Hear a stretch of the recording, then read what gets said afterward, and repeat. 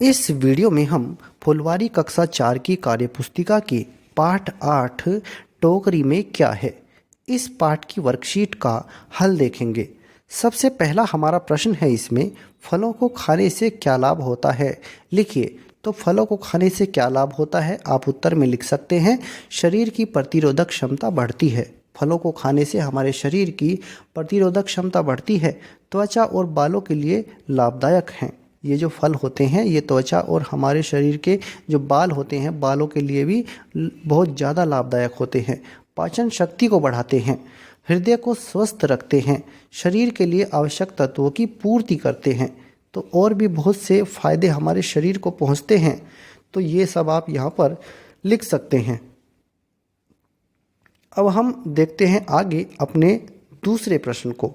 प्रश्न 2 है हमारा, अपनी पसंद के फलों की सूची बनाएं। जो फल आपको पसंद है उन्हें आप यहाँ पर लिख सकते हैं। उदाहरण के तौर पर हमने लिखा है जैसे आम, अंगूर, अनार, संतरा, केला, सेब, अमरूद, चीकू।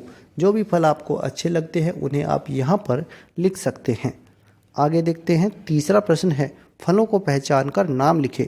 यहाँ पर जो फलों के चित्र दिए गए हैं इन्हें पहचान कर आपको इनके नाम लिखने हैं। जैसे ये आम का है, अमरूद, सेब, संतरा, ये कुछ फलों के यहाँ पर चित्र हैं और इनके नाम हमने नीचे लिख दिए हैं। आप भी इसी तरह से लिख सकते हैं।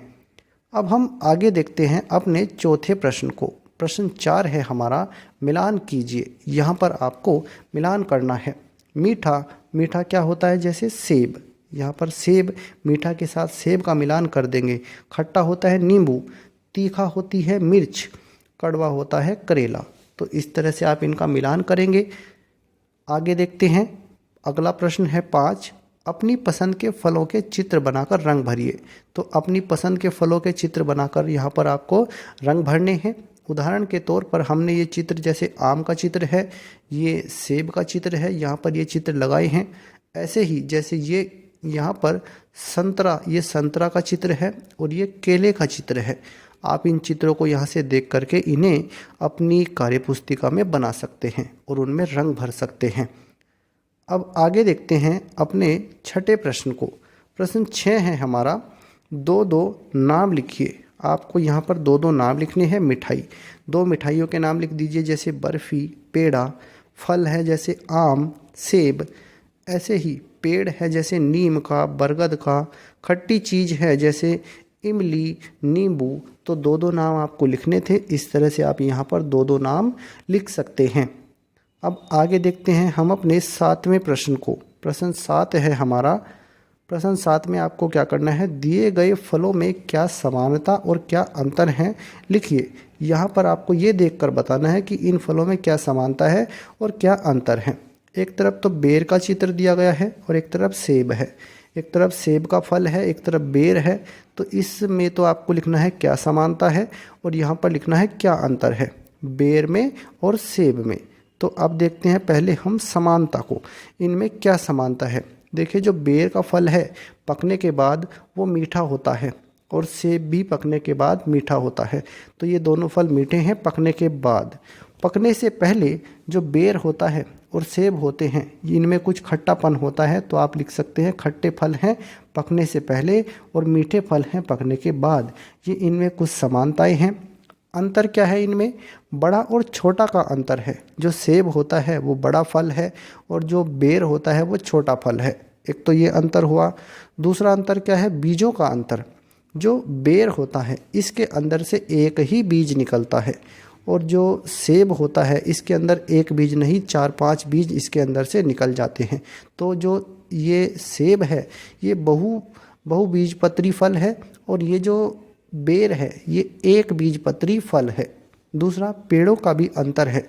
जो सेब का पेड़ होता है उस पर कांटे नहीं होते हैं और पत्तियां उसकी बड़ी बड़ी होती हैं, लेकिन जो बेर का पेड़ होता है उस पर कांटे भी होते हैं और पत्तियां छोटी होती हैं।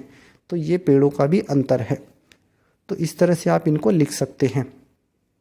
अब हम देखते हैं आगे अपने 8वें प्रश्न को। प्रश्न 8 है हमारा, ऊपर जिन फलों के बारे में आपने समानता और अंतर लिखे हैं उनमें से किसी एक फल के बारे में लिखिए। जैसे हम यहाँ पर उदाहरण के तौर पर सेब के बारे में लिख रहे हैं।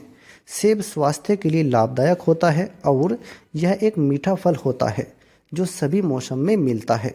यह शरीर में खून की पूर्ति करता है, हृदय को स्वस्थ रखता है। हमारे शरीर में खून की पूर्ति करता है और हृदय को स्वस्थ रखता है क्योंकि सेब के अंदर आयरन होता है जो हमारे शरीर में खून को बढ़ाता है।